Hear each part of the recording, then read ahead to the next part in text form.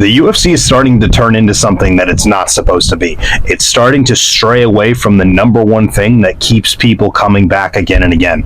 It's starting to turn into boxing. It's starting to turn into a sport with a bunch of little fucking divas and a bunch of little pussies and losers who don't want to fight each other because they want to wait for the right opportunity, for the right payday, for the right event, so they can get what they feel they're worth. And on some level, I can understand that. On some level, that actually does make sense. On some level, I'm not mad at that. You do have to pick the right opportunities. But it should be mandatory in these fighters' contracts where they have to fight at least once or twice a year, and if a title shot isn't available, they have to fight a number one or number two contender, or someone either right below them or right above them. It should be in their contract that they have to do this. It's getting a little fucking ridiculous where these fighters are literally just sitting out for years and years. The fact that Jon Jones is able to do what he's done, sit out, have a bunch of really close fights, one that he definitely lost to Dominic Reyes, right? Still be called the GOAT, even though he really did lose one, and he had several close ones. Also couldn't finish Anthony Smith, which is absolutely laughable. Was able to sit out for as long as he did. So then he beat Cyril Gane, and then he was able to go off for another 1 to 2 years and do whatever he wanted, not fight anyone, not do anything, basically stall the Stipe fight from happening from anyone else, because now Stipe wants to wait for it because he wants a certain payday and he wants an ability to have Jon Jones on his record, which then stopped the Tom Aspinall fight from happening. Because now Stipe is another one. Honestly, he's one of the worst ones. He got to take off and got to stay out for years and years. I mean, he would fight once and just bounce for like 2-3 years. People forgot he was in the UFC.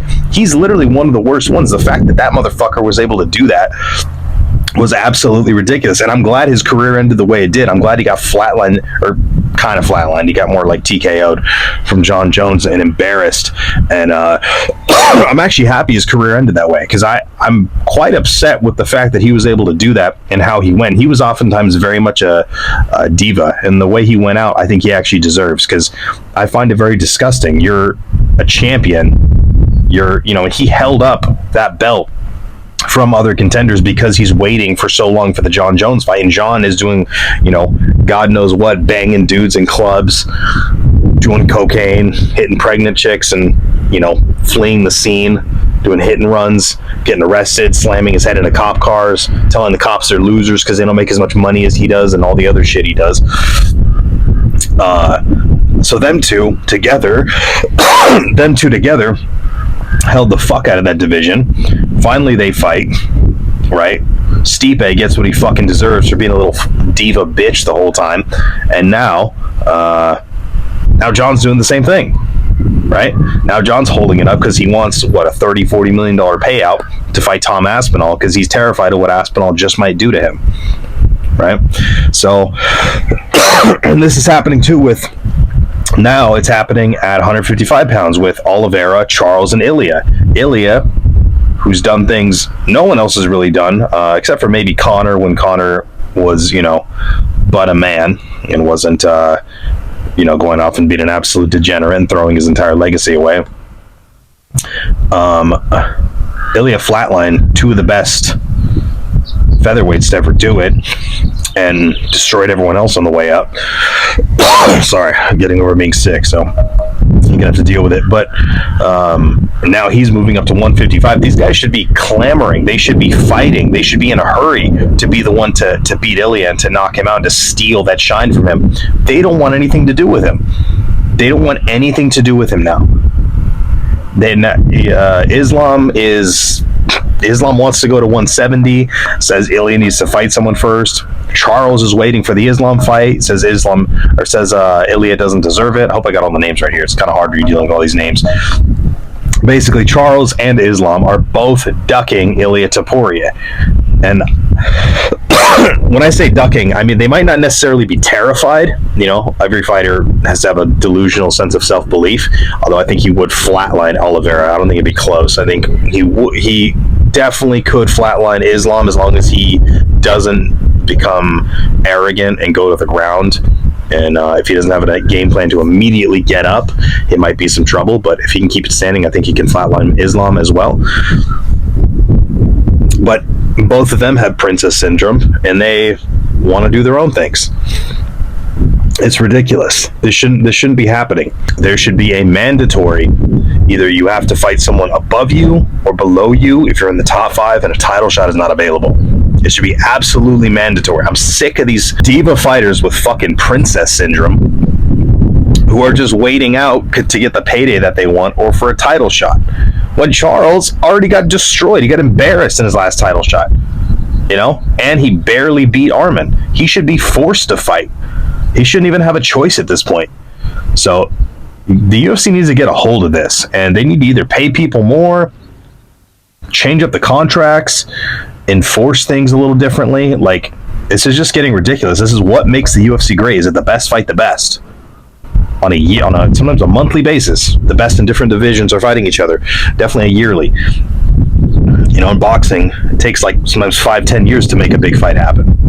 Right? It's a bunch of divas and a bunch of people who think they're worth a lot more than they actually are. So, UFC needs to fix this ASAP. Otherwise, it's just going to become what boxing is.